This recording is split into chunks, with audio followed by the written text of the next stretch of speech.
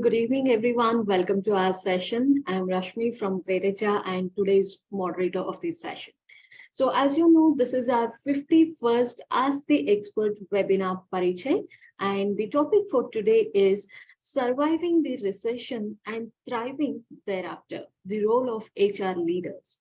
So we are going to discuss a lot about this in our session today. But before that, let's do a little housekeeping on how the session goes. So as usual, the session is divided into two parts, wherein in the first part, we will have a discussion with our today's expert, Mr. Ketan Krishna, which is then followed by audience Q&A.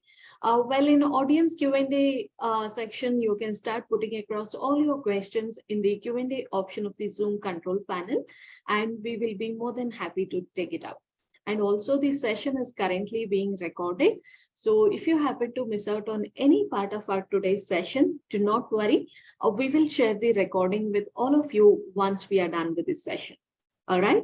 So now without any further delay, let's start the session. Well, to talk about our today's topic, the surviving the recession and thriving. So as you may know, the global economy today is in uncertain waters. Right? The cycle of liquidity injection and liquidity withdrawal typically leads to a recession, and this time also it is not expected to be any different. So the early warning signs are visible with the economy, showing the signs of deacceleration across the world and especially in the developed economies. As far as India is concerned, the dependency of its economy on exports to developed markets is relatively less. But that does not mean that a global recession will not impact India. But its severity is likely to be much lower for India in comparison to its global peers. But how can organizations prepare for the same? How can they ensure that they are least impacted by the recession? So in the next 1 hour, we are going to discuss this in length with our speaker for today, Mr. Ketan Krishna, People and Governance Head, RentoMojo and Venture Partner, YourNest Venture Capital, and understand the crucial role of HR leaders in surviving the recession and thriving afterwards. But before that, let me tell you a little more about Mr. Ketan. So Ketan enjoys enabling business leaders in their journey to build organizations. So after completing his post-graduation from MGI Gurgaon, he started his career with Aditya Birla Group in 2006. Since then, he has worked with Utsav Fashion, IDFC First Bank, and currently Ketan takes care of people function for a young startup, RentoMojo, the market leader in the rental ecosystem, and also serves as the venture partner for YourNest Venture Capital. Well, he loves technology and is bullish on the future of HR tech. So, Mr. Ketan, once again, welcome to this session, and we are very excited to have you here. Thank you so much. Thank you, Rashmi, and thank you everyone for giving me your time. Our pleasure. So, Mr. Ketan, like I was saying, I think we will head towards our discussion. To start off with, how do you see businesses emerging in India in the next 3 to 5 years? Sure. I'll just harp upon one context. So my response would be wearing 3 different hats. One is, being a part of the business itself at RentoMojo, where I take care of people function and governance function. The second is as a venture partner with YourNest, where I'm seeing a lot that is happening across in the technology and the deep tech and the India story. And third, a lot of my responses you would also see coming from a coach. I'm a firm believer in the concept of coaching. So you would hear that also. So, I may not be able to call out which hat am I wearing when I'm responding, but you may be able to relate to one of them. So this one, I'll give you context first from the perspective of what we are seeing, say, on the venture capital side. First of all, we are extremely bullish about what India is going to offer, especially in the tech and the product space. I am not seeing any signs of this slowing down. I am not seeing of any signs of innovation not happening. In fact, the global recession is also an opportunity for countries like India, which has huge talent, massive talent, and a huge aspiration now to actually play at a global level. So what we want to create at YourNest is, creating global leaders from India. And I am not seeing any challenge or any slowdown in the number of startups or the company we're trying to build in. So this is not going to or has hampered the spirit of Indian entrepreneurship or making the companies bigger. From the side of RentoMojo, it is we are seeing a tremendous growth in the adoption of a new concept like rental. While we are very small in the ecosystem, still we can't say that we are a very large organization, but we are seeing tremendous acceptance of innovative solution. And something like rental, if you look at fundamentally, is recession proof. It's actually solving for customer problem where we are, you don't have to worry about recession because it's the subscription model. Now, why this is working, and when I wear both the hats, India is well poised. There are a lot of opportunities. Tech and product, we call India to be the next product destination, is going to be a reality. And I am not, you read any of the global reports, nobody is indicating that India is going through or will go through a difficult time. There's certain industries which are very dependent on developed countries, understandably may suffer. If you guys are an iPhone user, and if you've read on when the CEO of Apple came to India to open up the first store, right, it talks about how bullish the global market is about India. I would not be worried largely. Some industries, export industries which are dependent upon certain external global developed world, may get impacted. But otherwise, I have no reason to believe that this should be a point of worry at all. It's a massive opportunity that we are all sitting on. Wonderful. Thank you so much for sharing your insights on this, Mr. Ketan. So my next question is, in that case, what are the challenges which are being faced by organizations today in these times of uncertainty, and the strategies that they should implement to overcome them? Got it. And I'll respond to this, with the context of three types of organizations. So I've been fortunate to have worked with large organizations like Aditya Birla Group or IDFC Bank. I've been fortunate to work with 1 to 10x kind of an organization like RentoMojo. And I also, as a venture partner, get involved a lot with the 0 to 1 organization when you're building from scratch. And I'll share my views, which would be distinct or unique problem that each of these stages companies would face. When I talk about early stage organization, entrepreneur-led, where they're trying to build something, there would be, tougher times. But when I say tougher times, this is something very interesting that we realized, and I want to share it with all of you. So last 1.5 years, actually, when we talk about global recession or slowdown, if you actually see, this is not a slowdown. What have happened is, after the second wave of COVID, there was a massive blip in the tech and the product companies, and a lot of monies were flowing in.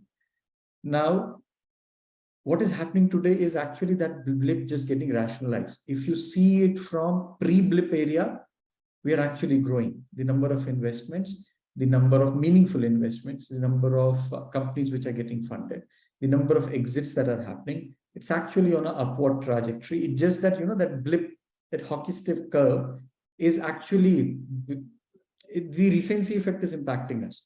So it's very clear that there is a growth. If you keep aside that blip, I don't think so. I'm seeing a problem. Even when we talk about a lot of layoffs that happen globally, if you see most of them overhired with the projection that the world will continue to be digital for a very, very remote for a very long time. Now that correction and coming back to normalcy is where I think the correction is happening. So early stage startups, if you are creating value, if you have something meaningful, absolutely not going to be a problem to raise money. while everybody's saying it's the funding winter, what we believe is it's actually funding spring. Just a little bit of time in between a massive winter, and then things are getting corrected. I think that's where early stage startups are. When you talk about growing organizations, smaller organizations which have the aspiration to grow, a very important focus that each one of them would have to do is focus on the digital adoptions, right? It could be technology, it could be social presence, it could be conversations. They have to be there. It is now not a good to have thing. It has become a must thing.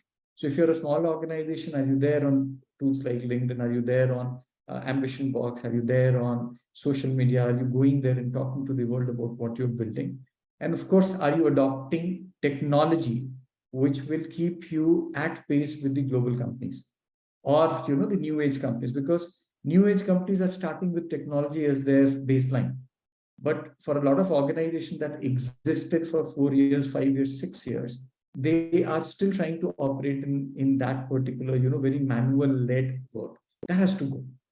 If you have to, because that's kind of, must have, not a good to have. Now, technology, when I was in my career, I saw technology as, a wow thing to have, a great thing to have. But it has now become a baseline. And when I talk about very large organization, I think the biggest challenge they're going to face is very unique. The challenge they're going to face is how do they manage the young and the new workforce.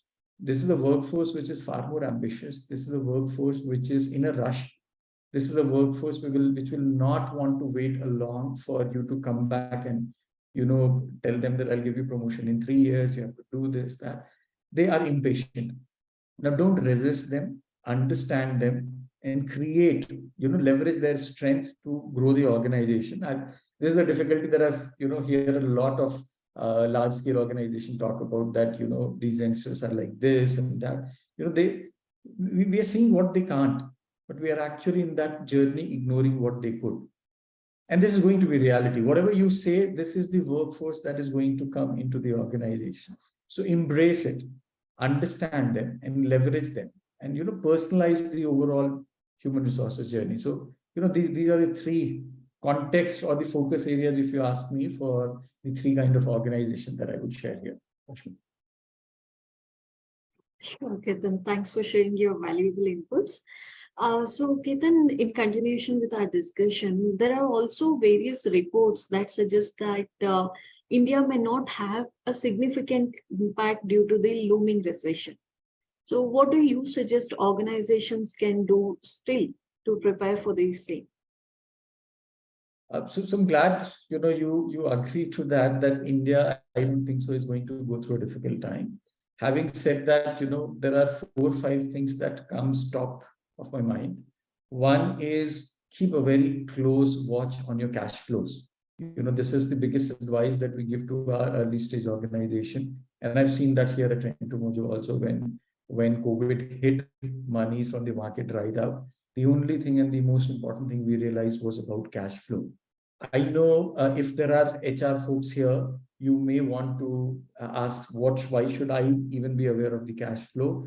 That's given. If you don't understand business, if you don't know the business, you are going to remain behind. So cash flow is the first thing that I'll recommend to organizations. Second is, this is something I've learned from one of my coaches. He says, the best way to go fast is to go slow. Which means is that don't just try to jump off the guard and do a lot of things in the world without putting your basics in place, processes in place, and having the ability to look back, take a pause, reflect where you have come, and recalibrate your plan. There is a tendency that I've seen to just, go all out, do a lot of things while you're not focusing on the basics and the fundamentals. This is the second thing I would definitely recommend, what would be important in these times. Third, get inspired, but don't get influenced with what is happening on social media. Everybody had their own journey. I'm not saying the people or the companies which are posting about they've done this, they've shared this, they've done this kind of work. I don't discount that. I'm sure they are doing an incredible work. But just don't look at those and jump off and saying, okay, if these three companies are, adding these practices for people, or these are the kind of technology they're using, I should also adopt that. Don't do that. Get inspired, but don't get influenced for, making a quick decision. Understand if that's a need that you have. And most importantly, every single one of them, would have had their journey of days and years, after they've started to post something. They just don't try to copy it. Having said that, the fourth one maybe could sound different from the third one that I just say. This is something that Tony Robbins says: success leaves clues, and this is specifically for mid-stage organization. Learn from others, role model few companies, few entrepreneurs, few HR leaders who you believe are in a similar journey that you want to chart out, and see what good they do, learn from them, and implement that.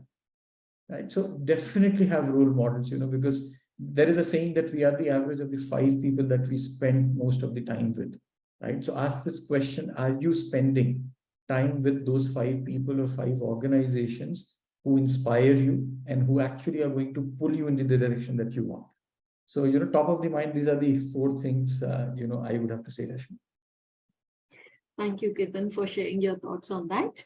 Now let's just little roll back to our pandemic times. So we have seen how technology transformed the organizations after the pandemic, right? So it's true when we say that technology is an enabler. So what role do you see HR tech playing in surviving this recession today? So I'll repeat that again, saying that, I'm not too worried about the recession per se. I think it's in bits and pieces that is going to impact India. Technology can be seen in 2 lenses. For a company, let's say if I talk about RentoMojo, technology is the enabler, right? Where I have to ensure that technology makes my business scalable and makes my business personalized. This is what technology does. But for a product company or a company which actually sells technology solution, technology is the bread and butter.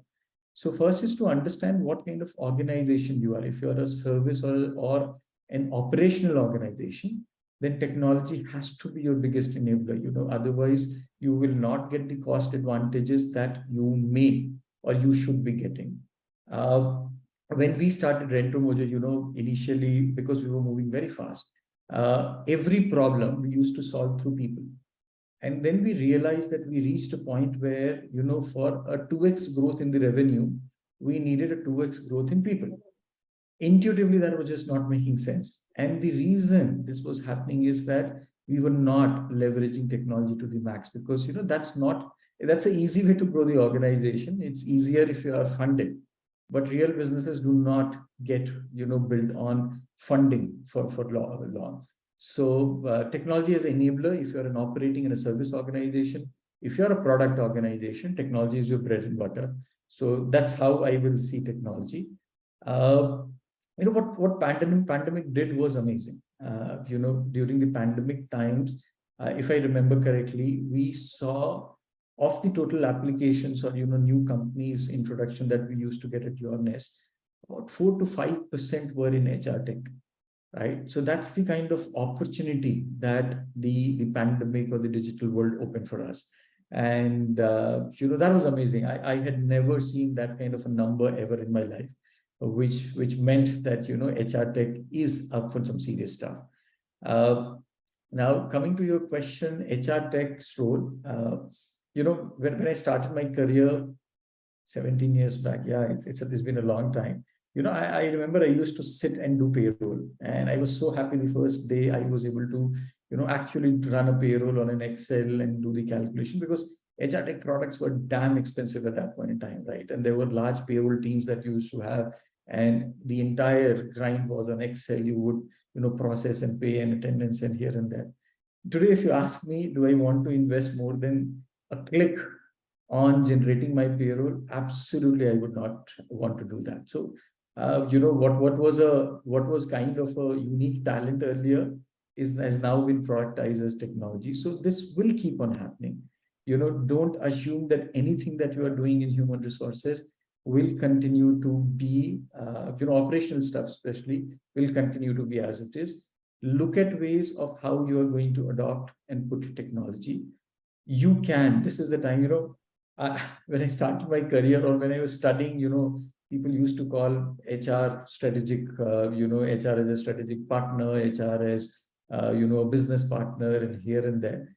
I think technology is that answer, right? Technology is where you can tell your business that it is not only a cost center, it's an investment center where you invest in technology to build a scalable product and scalable organization. So it is for the HR professionals, practitioners of this time. I think this is the best era where technology and data could be leveraged.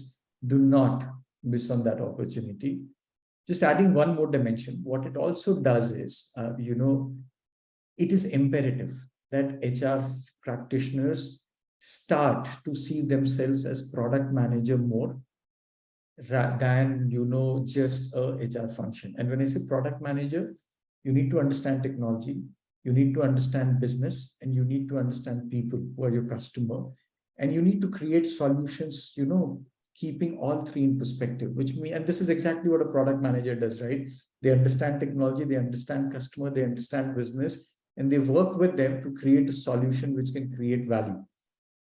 So this is where, how HR tech is going to evolve. And this is how, as HR practitioners, we need to continuously march ahead and start thinking, acting, behaving, and doing like a product manager. Wonderful. So also, Ketan, you just brought up this point, very valid point, HR technology and the expensive tools that you're talking about, right? So actually that leads to my next question. So what are the top tools that you would recommend today's HR leaders to implement in their organizations? Sorry, Rashmi, I lost you for the last 30 seconds. What are you? Okay. So am I audible now? I can hear you now. Yeah, great. All right. So since we were already discussing about the HR technology and back then how expensive it was to use any software applications for any of the HR tasks, what are the top tools that you would recommend today's HR leaders that they should implement in their organizations? So I'll, first I'll not directly, I of course have a list of HR tech products that I love, the kind of work that they do. But before going there, I wanted to share a construct that I learned from my daughter, and she's, by the way, 8-year-old. So she came from school one day and then she says, Papa, there are 3 kinds of food, thing that we eat. I had not heard of that construct. And she said, there is go food, there is grow food, and there is glow food.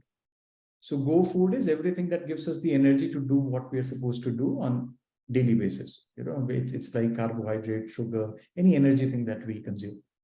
Grow foods are foods which are important for our, mental and physical growth, right? Especially proteins or, certain kind of special sugars, they get counted in that. And glow foods are foods which give us happiness, which glows our skin, which glows our body, makes our body healthier. Fruits, fresh vegetables, a lot of them come in that bucket. I like that concept, and my recommendation is that when you're looking at your organization or your HR tech roadmap, divide them into these 3 buckets. Okay. What are the go HR tech products that you need, which are important today for your organization to function efficiently well? It's like a very well-oiled machinery. And you can count tools like, HRMS, basic ATS, training, compensation, expense management. These are basics that everybody needs. So for me, that's the go HR tech. The grow HR tech could be things like, your advanced performance management, or OKR system, products like, growth-led or very data-led or digital-led ATS, right? There's some advanced ATS that are coming if your complexity of hiring is of a different nature. And glow are things like, wellness tool, medical benefits, a lot of these benefits which are important for, the organization from their health perspective, which is both physical and mental. It could be engagement. I see them as glow. Always remember, use your organization as a context to decide which one should you focus on. Initially, when you start, grow is the critical one. That itself is the big focus area. Once you move there, you can pick up the grow part and then the glow part. I've seen this has the sequence that organizations follow, because it's very tough to build organizations, right? And when you're going in that journey, it's very important to stage out and decide where should you focus on. A major call out, just if you remember, I said there are 4 to 5% of HR tech companies that came into existence, but a lot of them do not exist today. You may be getting at least 10 emailers every day about a free HR tech product. Okay, please do not fall for it just because it is free. Okay, and this is something that I've learned the hard way. Now it is applicable in life also and otherwise. Just because it is freely available, please just don't sign up for it. Ask this question: that is this something, even if I had to pay for it, would I have taken this as an org agenda? If the answer is no, I would never recommend jumping in that direction, because you don't know if that product is reliable. If you don't know, you may just implement it and the company may get sold or wound off. So don't do that. Look at the credibility and the history of the player, right? Anybody who's been consistent, you want a consistent player in the long term. So just don't jump for anything which is just being offered for free. If you don't need it, even if it is free, please don't touch it.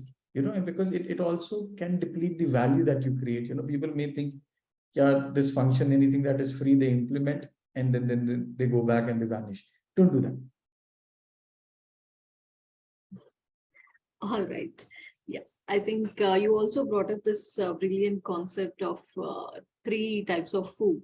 So yeah, please convey our thanks to your daughter as well. So I think it's very insightful, actually, I should say that.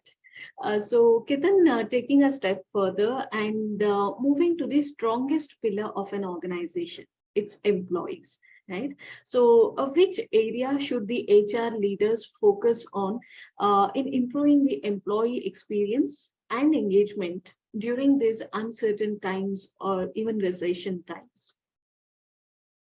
So, I'll tell you a very interesting statistics.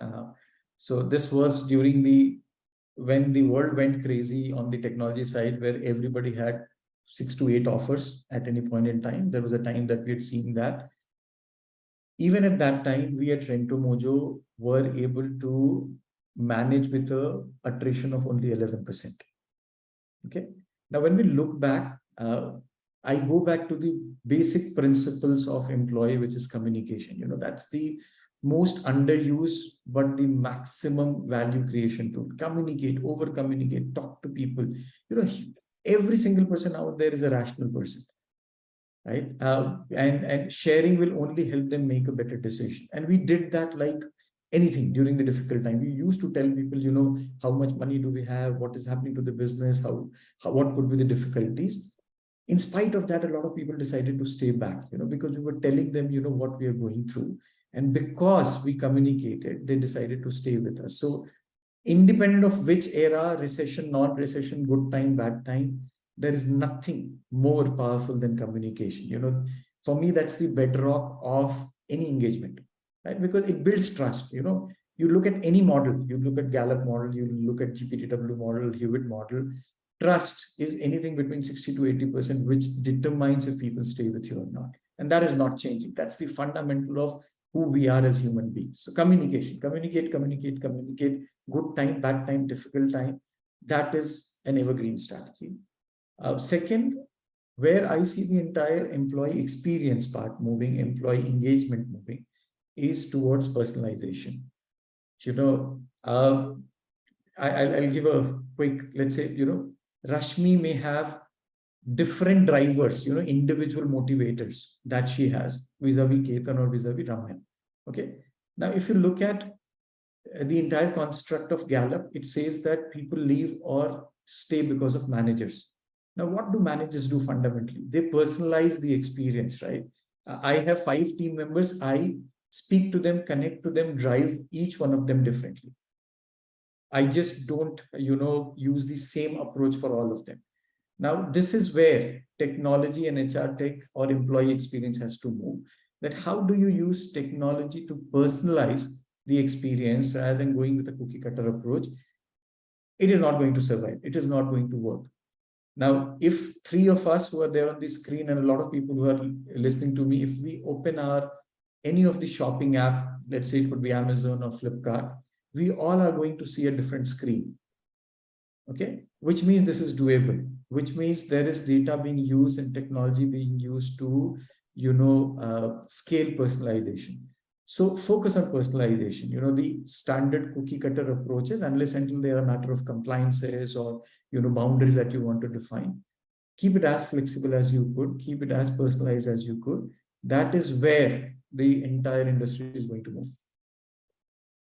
Absolutely, absolutely, Ketan. I think thanks for bringing up this point, because this was very much required today. Personalization, this is the key for everything. So yeah, also Ketan, we have often heard this phrase that is turning the challenges into opportunities, right? So what do you think? How true does it hold when we talk about a looming recession? Will there be any opportunities coming out of it? So I'm going to give a response here more as an individual of my philosophies and possibly as a coach, and I'll quote a book here. Do grab a copy of that book. It's called Man's Search for Meaning. It is by a writer called Viktor Frankl. Now, this is a book about somebody who survived a slavery camp and came out and became one of the most renowned doctors in the scientific area of his time. Now, that book, if you read, can tell you, the maximum difficulty any human being can face. And the single message that comes from this book is, our choices can be taken, but our freedom to choose cannot be. Okay. Personally, I believe every setback is an opportunity to reflect back and move into a different direction and do something better. I have faced a lot of difficulties in my life, and thanks to a lot of mentors and coaches that I had, I came out of it because, I decided not to spend too much of a time. There is a concept of accountability, which means that whenever a difficult time comes, and if this is the accountability line, we tend to go, down. This is the victim zone, right? Where we say, world is unfair. Why is this happening to me? Why did this happen to me? Why, did I lose my business? There are a lot of those things happen. And that's very human to come into this zone. But if you stay in this zone is where the problem is, right? You need to ask the question, now that I know what I know, right?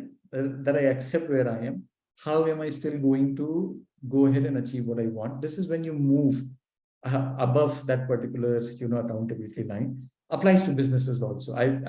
We have faced the most difficult times in RentoMojo, but from, being on our knees to last 20 months that we have been profitable every single month, right? Unheard of any startup in 7 years journey.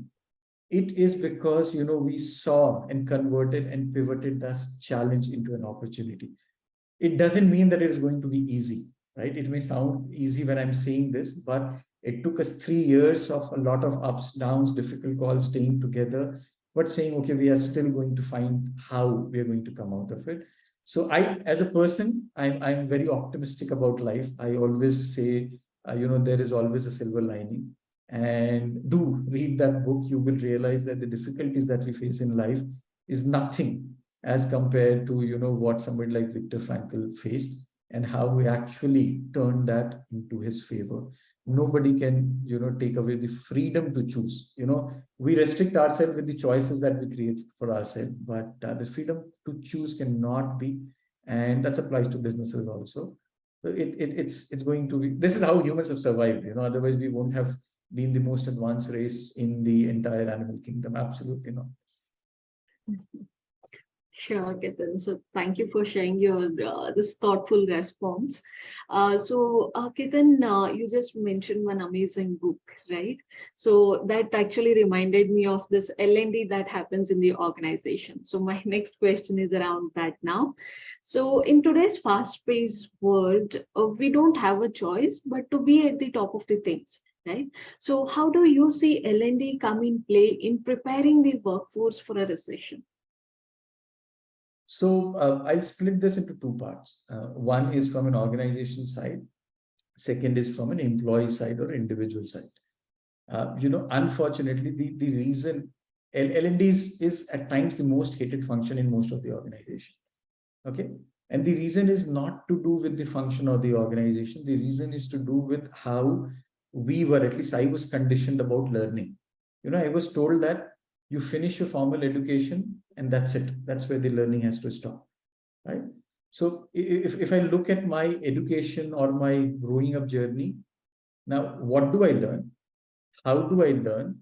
When do I learn? And what do I do with the learning? Everything was decided by somebody else. Even if I look at my large organizations, I had a talent partner who would decide what do I learn? How do I learn? Would it be case study, online, offline, blah, blah, blah. What do I do with the learning? So I had an implementation plan, which was there. And, so everything was decided by somebody else. So first thing first, start instilling this practice of passing the ownership of learning or learnability to the user. Now, good part is that the younger generation is themselves very, very particular about this. They're not stopping just at a graduation or post-graduation level. They're continuously learning. So one is that. Second, L&D as a function again has to evolve more so. This is where the personalization angle again has to come in. Because L&D again has been, a mass learning cookie cutter approach. I have this program, you nominate 4 people from your team, you have to nominate. If you don't attain, it is mandatory here and there. It has to evolve. It has to change. It has to get personalized. It has to get relevant to people. Again, very important. This is a debate that is evergreen, that during slower time, do you start investing more in L&D? I fundamentally don't believe in that. For me, learning is about consistency. It's like saying that just because there was a 2-year of lockdown, my kids should go through more courses. It is absolutely absurd. Okay. And this is where, fundamentally there is a problem that organizations get into, that we think it's a free time activity when we have more time learn. Right? Learning has to be there as an agenda. Even if you're doing more important when you're doing well than when things are not okay. Just because it is free, affordable, easily available, just don't overload people with it. We have we all have different ways how we acquire knowledge and at space that we acquire. Don't overload. Then L&D actually becomes information rather than knowledge and wisdom. So again, L&D, there are many tools, affordable, free, but just don't go berserk on it. Again, look at individual plans, organization plan, go slow, but go consistent, right? And it is not a free time activity, because free time activities never get done. Sure. Thank you, Ketan, for bringing your ideas to the table. I'm sure our audience couldn't agree more with you. While we continue, I request our audience to start putting across their questions in the Q&A option. We'll soon be taking up your questions. So, Ketan, in the meantime, I have this another question for you. So while we were talking about the organization side of our L&D responsibilities and the stuff related to that, the role of leaders plays very crucial in an organization. It is the most crucial one, right? So my question is, how should they approach this recession while keeping their employees in mind? Like, what are the tips that you would recommend to them in order to build a resilient workforce? So I have limited. I won't say I've been a great leader or I've been a leader at all. I've been a fantastic manager. So I don't know if I can answer that to the extent people want, but a few things that I learned. One is, you have to role model. right? Manager, leader, interchangeably, role model. If you want your team to be accountable, start with you. If you want your team to, show up even during difficult time, be the first one to do it. If you want your team to come on time, start from yourself, right? So there is nothing more important than walking the talk.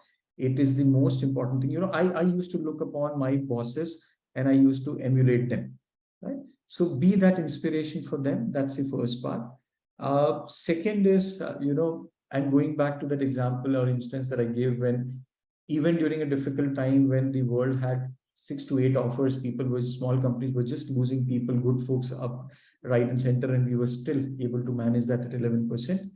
Communicate candidly, right? That is the most important time, especially in uncertain time. People want to know, and people are intelligent enough to comprehend it. Now, at many times I was not communicating, fearing that, what if somebody leaves? Okay. Let me demystify this with you. When you communicate, there are going to be two kinds of responses. One, people who any which was wanted to leave would have a solid reason to leave. That is fine. But people who were unsure of leaving, right? Now that they know the perspective, they may decide to actually stay back. Imagine a situation you wouldn't have told them, assuming that, what if they leave?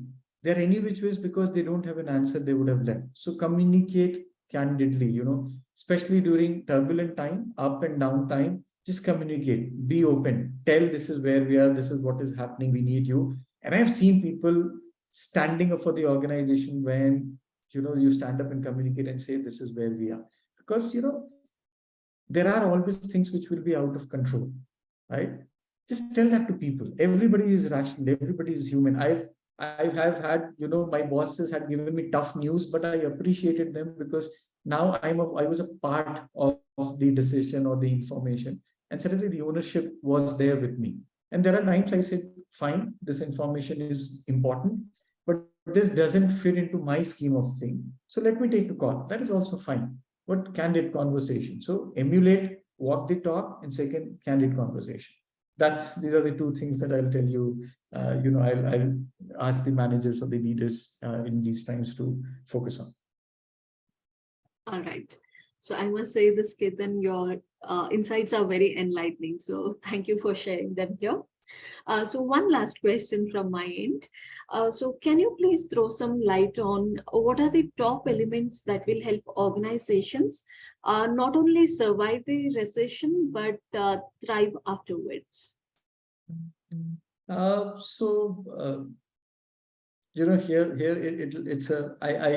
I see organization and our personal stories, or at least my personal stories, coming together because, we all form a thesis about ourselves and our lives. Two things per se. One is, dream big. So I come from a very small town. I had no idea, or nobody believed that I could be where I am today. A town where there was no infrastructure, no electricity, no water. I had nothing with me. But my parents always used to tell me that should not stop you from dreaming big. And I continue to do that. So dream big, right? And when I say dream, your dream cannot be linked to your past, right? Just because you have got 10% growth last 2 years, it should mean that, you say that in next 5 years, I will reach here. That is not dreaming, that's projection. Most of us confuse projection with dreaming. Dream from your heart, right? And plan from your head, not the other way around. We do this mistake most of the time. So dream big, go ambitious. This is one life that you've got. You have to give it a full throttle, full shot, right? What dream will give you is a goal. And when you have a goal, have your action plan around it and go ahead and get it, right? At least give it a shot. Nobody can guarantee that you're going to get results. So part one is dream. Now, second, what I prescribe, what has worked with me and what has got me here is my consistency. If I've never been the smartest person in the room, but I've always been the most consistent person in the room when it comes to writing, health, work commitment, family. Consistency goes a very, very long way. If you look at every single organization that has gone through a difficult time and evolved, one thing they have been very strong is being consistent. And consistency is not about the how of the things, but why and the what of things, right? How will change. With context, you'll have to change your how. But be consistent in showing up, in doing what you've committed. If you can't, again saying, I've never been the most talented person in the room, but I've been the most consistent person you could possibly ever meet. That's what I believe about myself. And that's what I think I've seen organizations which have done well and extremely well, is one thing that they do is consistency. So dream big, remain consistent. Thank you so much, Ketan. So I think with this, dear participants, we can conclude the first part of our session and we'll now move towards your questions. But before that, once again, thank you, Mr. Ketan, for such an insightful and knowledgeable session. I'm certain that our audience has gathered a lot more information and detail on this buzzing topic. So I'll now move towards the audience questions. So one of our attendee has posted a question here. So hello, thanks for the wonderful session.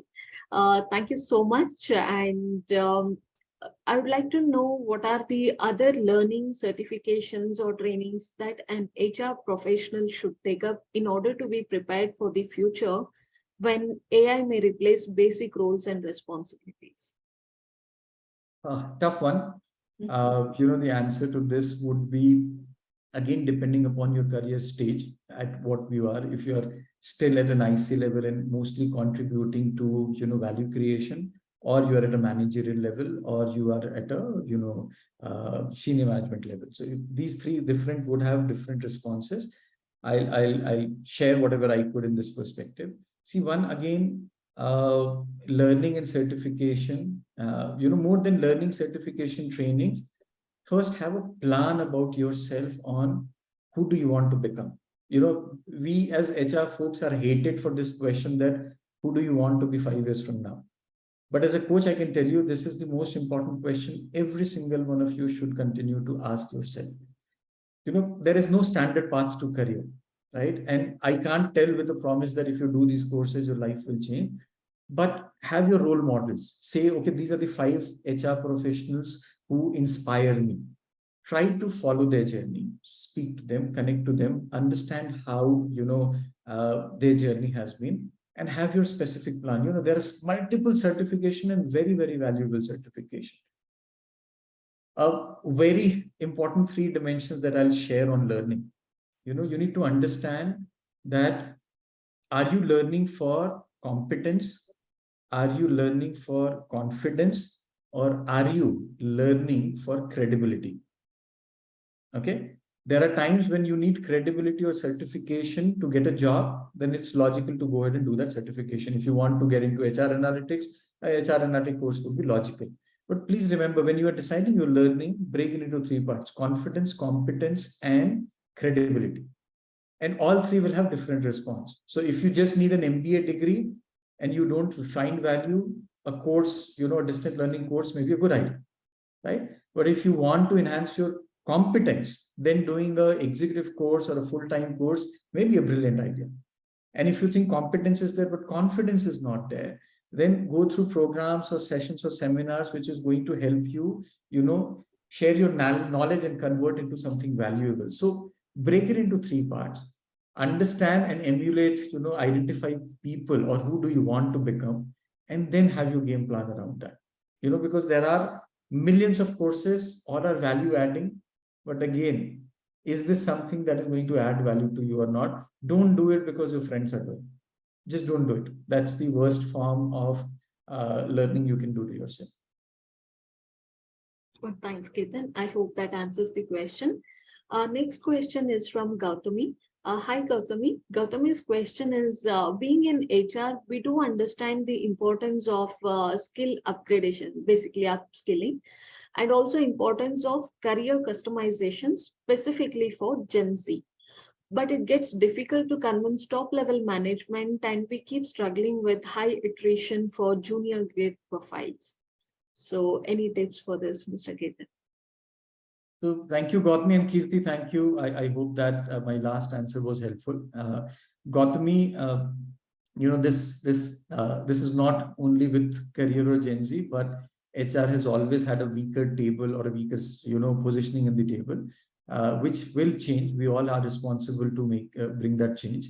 One thing that I've learned about organizations is, use data, as a function. We are the last function we uses data or intelligence reporting to convince somebody. We go with experience and, arguments as a point of view to convince somebody. What I've realized in 80-90% of my case, I've been infamously famous for getting approval on any case note that I prepare.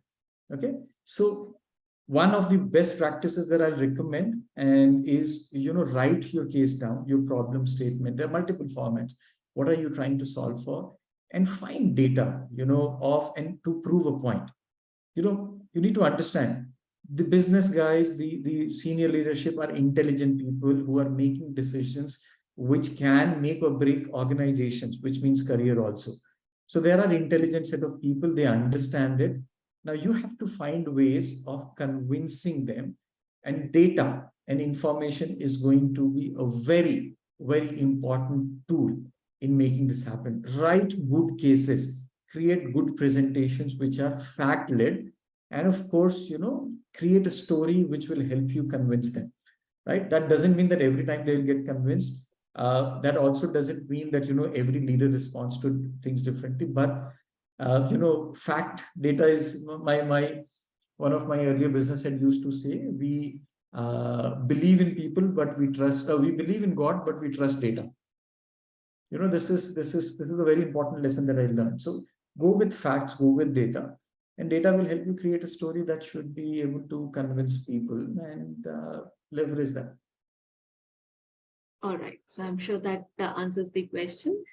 Thanks for taking up that, Ketan. And next question is from one of our attendees who would like to know whether we should take someone as a role model to grow in HR analytics. If yes, then who can it be? So, can you repeat that question? Yeah, so the question is whom to take as a model to grow as HR analytics. I don't have any name coming into my network, but there's one person who's been doing very well in this space that is my personal connect. His name is Saurabh Nigam. So Saurabh was earlier with me at Aditya Birla Group, and then he was the HR for Snapdeal and is now with a venture capital firm. But he's one person who has been one of the strongest people that I've ever met on data and analytics. Having said that, let me see if in my network there are people that I can share who come as very, very strong people that you could evaluate from data analytics part. But no, surprisingly, no major names come, because this is also very new, right? Last 5-7 years is when people have started picking up. But Saurabh Nigam is one person who I can immediately connect to, who's been very, very strong on the data analytic part. But no names right now. I'll definitely find few and I'll share with the greytHR team, and if they want, they can pick it up. Okay, I think Rashmi did not like my response, so she has dropped off. Ramya, let me just take 1-2 more questions, or are we done? We can take Ketan. So okay. I will just let you know. So next question is how to foster a culture of continuous learning and development among employees instead of imposing it. The most difficult part and the work in our country and our planet, again, if you remember, it's coming from a way most of us are conditioned, right? That education was decided by somebody. You have to be a doctor, you have to be an engineer, you have to do this, you have to do that. This is what you study, this is how you do it. Unfortunately, in organizations also, somebody else decides. So this is going to be a very, very difficult transition. The most significant way of how you can multiply this is, one is see if your leadership can start demonstrating and emulating this. I remember in one of my CEOs or managers earlier, looking at my journey, he hired a coach for himself, and he stood in an open house of 700 people and said, I've hired a coach for myself. You guys all should hire coaches for yourself. Now imagine the kind of messaging that is sent. So one is leadership has to emulate this. If they're not themselves doing it, then it will become a task on you. It is going to be a very painful battle, but you have to do what you have to do. And second, if it is important, see if you can start measuring this at the time of hiring people, right? Because, your culture has to also get tied into your processes and policies. So how can you tie it in subtly in your processes and policies?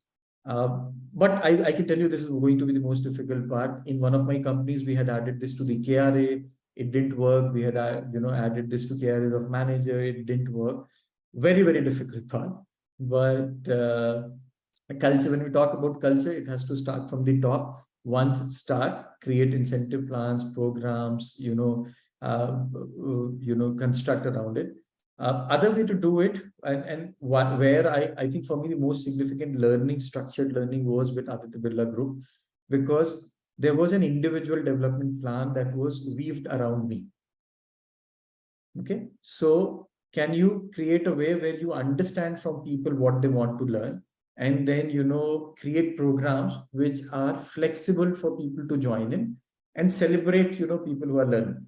So a very detailed approach here, but culture is the most difficult part, and it starts from the top. But first see if your senior leadership is bought into this idea. That's when 50% of your job is done. Then you can have practices, processes, system, looking at the context of the organization and create a program or approach around that. All right, thanks, Ketan. I hope that answers the question. I'm sorry, there was a power cut, so I had to drop off. So I'll just move to the next question. It is from Usha. Hi, Usha. Usha's question is how to control attrition rate. So this is my view, Usha. One is that you need to first understand, is it your responsibility or is it business's responsibility? I have worked in both kind of organization where it was assumed that HR is going to be the controller of attrition rate, while the second part, the business owned it. And I've seen attrition to be lower every time business owned it. I don't see any reason why HR should be accountable primarily for the business, attrition. HR is an enabler, at least that's how I see. But unfortunately, whenever somebody is not able to do anything, they're going to pass it on to HR saying that attrition ho raha hai, what is HR doing? It is not HR's responsibility first. But again, a model which, I have found the most valuable is one of the engagement models. It could be many, but Gallup's Q12 or Great Places to Work 52 questions that they ask is a very detailed way to find out, what is causing the attrition. Okay.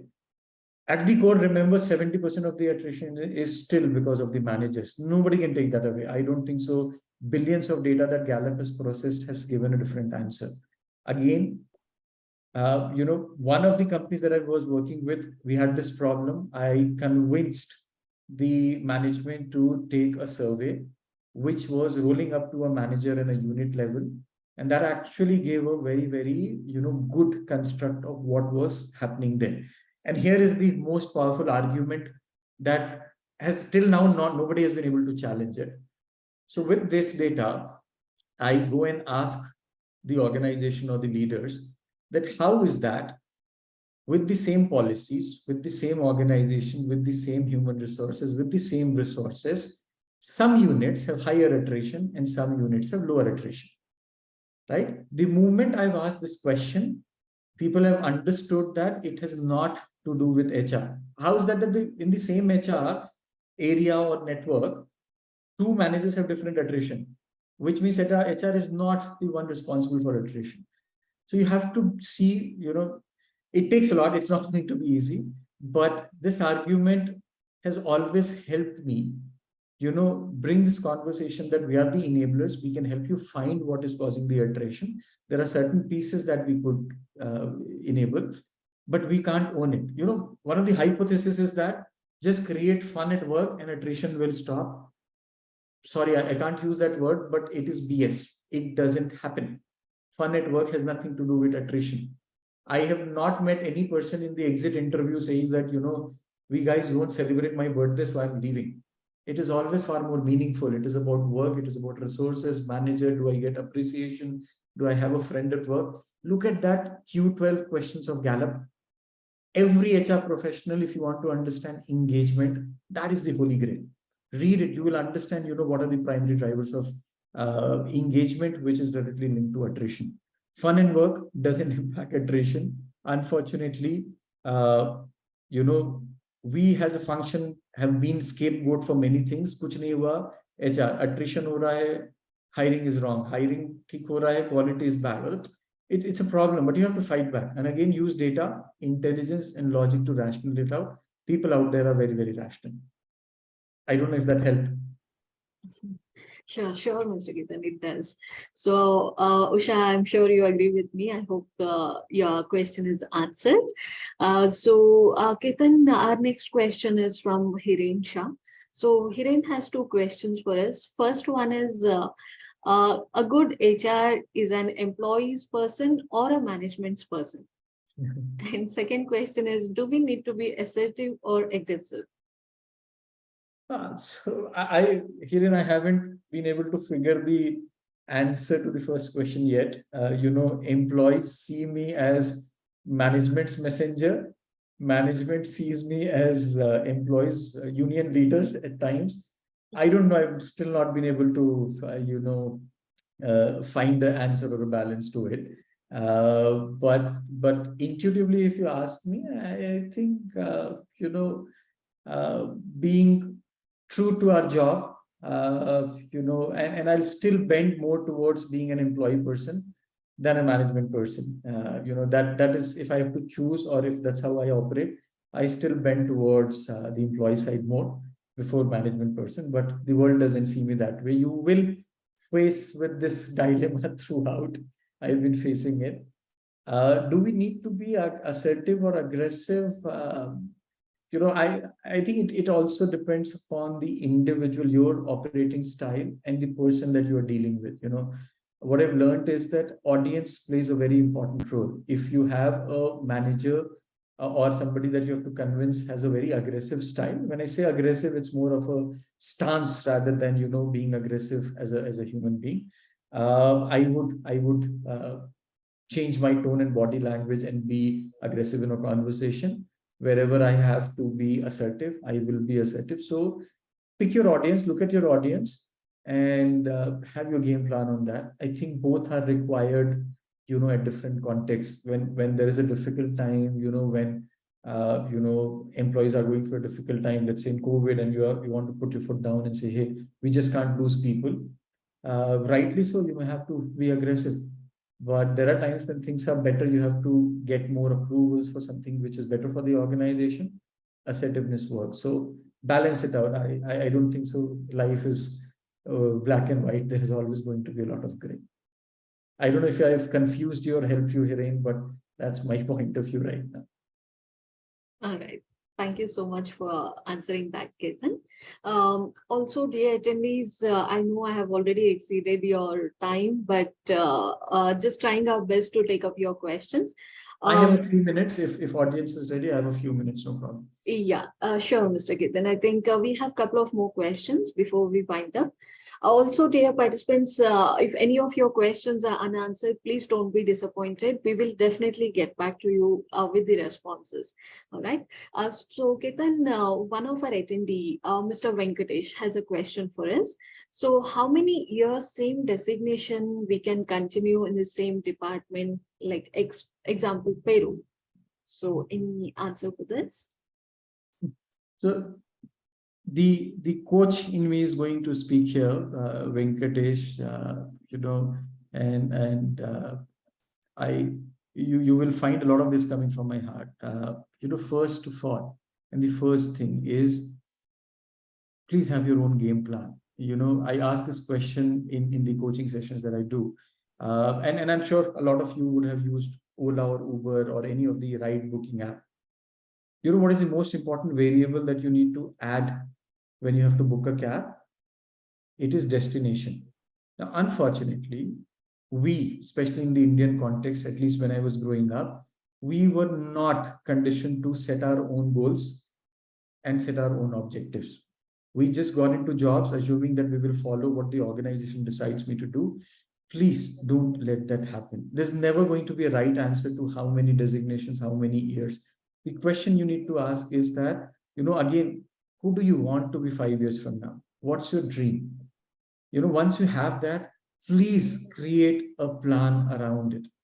We as Indians were not allowed to make decisions when we were growing up. There was a time when even marriage decisions were taken by family, right? So we need to understand it is our upbringing, but it doesn't mean that, things can't change. First of all, first thing is that, what's your goal for 5 years? Who do you want to become? Do you want to be the best payroll administrator in India? It's a good goal to have. Then you'll have to work in that direction. That designation would not matter. But, let's say you do payroll for 4 years. What after that? Do you want to become an HR business partner, HR head, payroll specialist, HR tech specialist? Please decide that for you. Now, that decision will not guarantee success, but that decision will help you make better choices for yourself. Otherwise, everybody else, you will start looking at others, you'll start saying, "Arey yaar, iske life mein ye ho gaya, ye aise kar raha hai, isko increment mila, isko promotion mila, isko ye mila." You will get hassled. If you don't know what you want, everybody else will tell you what you should get. Just remember this. If you don't know what you want, everybody else will tell you what you should get or what you deserve. Don't allow that to happen. And there's no standard rules or process on how many years here and there. You got one life, right? 5 years later, what is that what you're going to regret? Are you going to regret to not taking that call and creating a transition or not moving out of a role? Or do you regret moving out of that role? Jeff Bezos, Amazon, has this model called regret minimization model. Read about that. It's very, very interesting, how he makes a decision. But please, again, Venkatesh, and to all of you in the HR fraternity, set your own goals.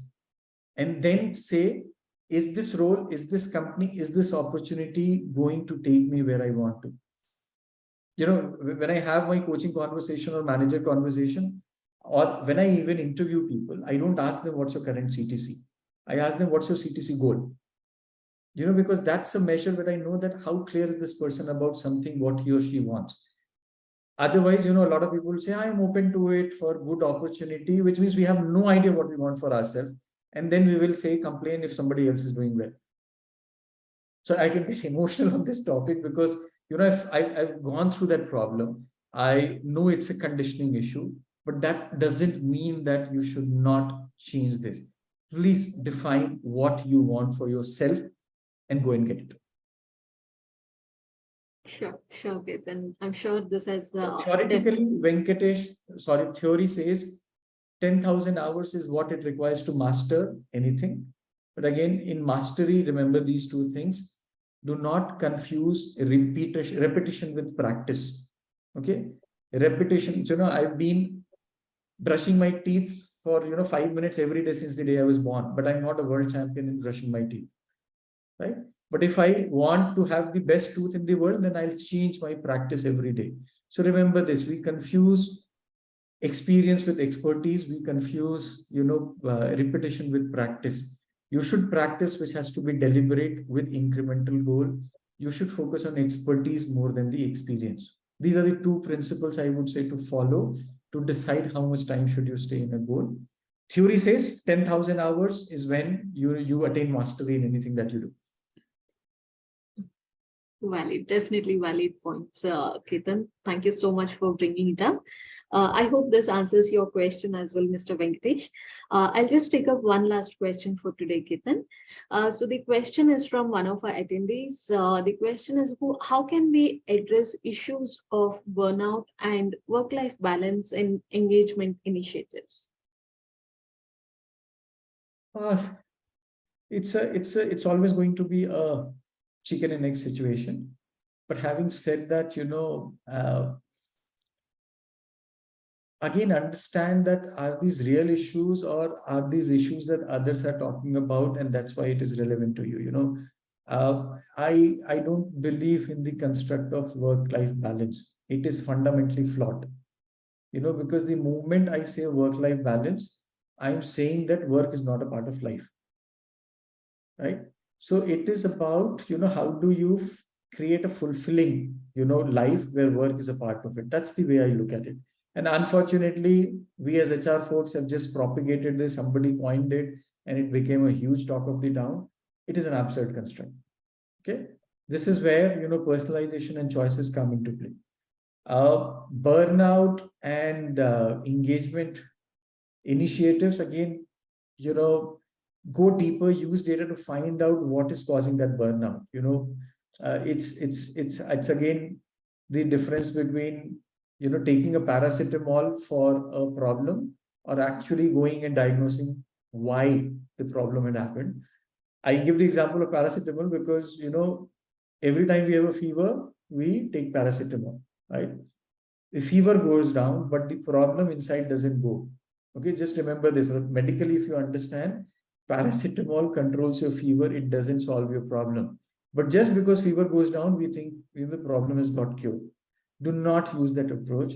Use data, understand what is causing that burnout, go to as specific as you could be. It could be speaking to employees, having sessions, talking to them, doing surveys. Surveys is the great way to understand this, and then figure out what could we do. And I personally found, if you ask employees, they have the solution. You don't even have to, find solution for everything. Talk to them, get their feedback. You will get a sense of what people are going through, what may work, and, get that done. There's no standard list of, 100 best practices that you can implement and everything is going to be fit and fine.